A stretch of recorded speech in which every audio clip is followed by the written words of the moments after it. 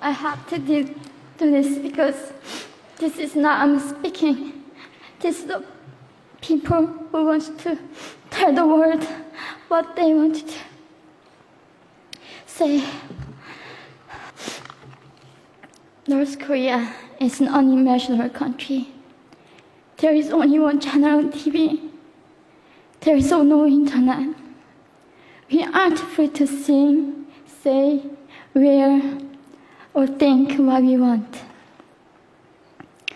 North Korea is the only country in the world that executes people for making unauthorized international phone calls. North Koreans are being terrorized today. When I was growing up in North Korea, I never saw anything about love stories between men and women. No books, no songs, no press, no movies about love stories. There is no Romeo and Juliet. Every story was propaganda to brainwash us about the Kim dictators.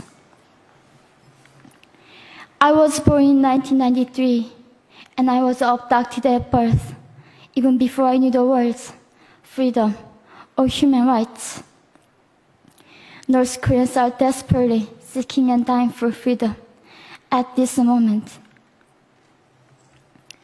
When I was 9 years old, I saw my friend's mother publicly executed. Her crime? Watching a Hollywood movie. Expressing doubt about the greatness of the regime can get 3 generations of a family imprisoned or executed. When I was 4 years old, I was warned by my mother not to even whisper. The birds and mice couldn't hear me. I admitted, I thought the North Korean dictator could read my mind. My father died in China after we escaped North Korea. And I had to bury him at 3 a.m. in secret. I was 14 years old. I couldn't even cry.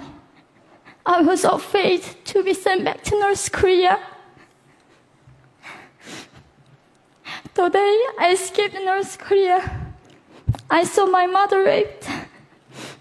The rapist was a Chinese broker. He targeted me. I was 13 years old. There is a saying in North Korea, women are weak, but mothers are strong. My mother allowed herself to be raped in order to protect me.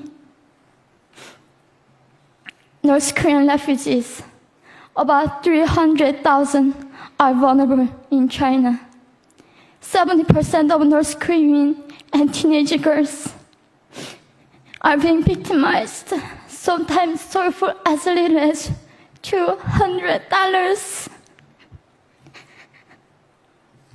We walked across the Gobi Desert, following a compass. When they stopped working, we followed the stars to freedom.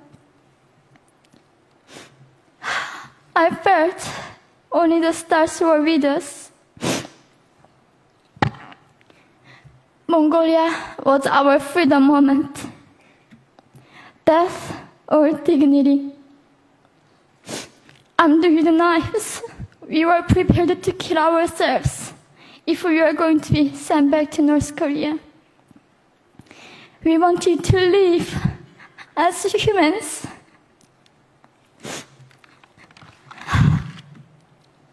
People often ask me, how can we help North Koreans? There are many ways, but I would like to mention 3 for now. 1, educate yourself so you can raise awareness about human crisis in North Korea. 2, help and support North Korean refugees who are trying to escape to freedom.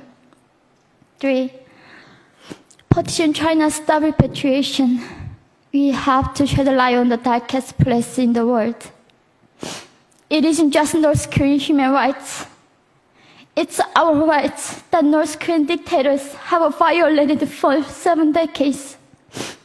We need governments all around the world to put more pressure on China to stop repatriation. In particular, Chinese delegates of One Young World can play a part by speaking up.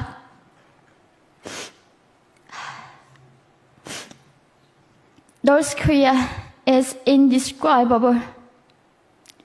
No humans deserve to be oppressed just because of their birthplace.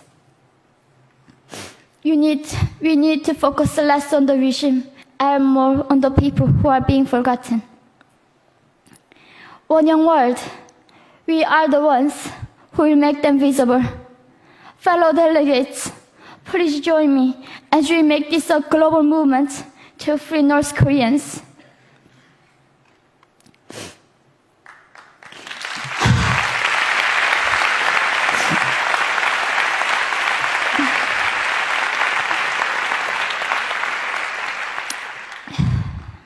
When I was crossing the Gobi Desert, scared of dying, I thought nobody in this world cared.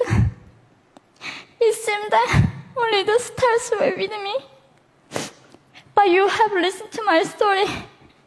You have cared. Thank you very much.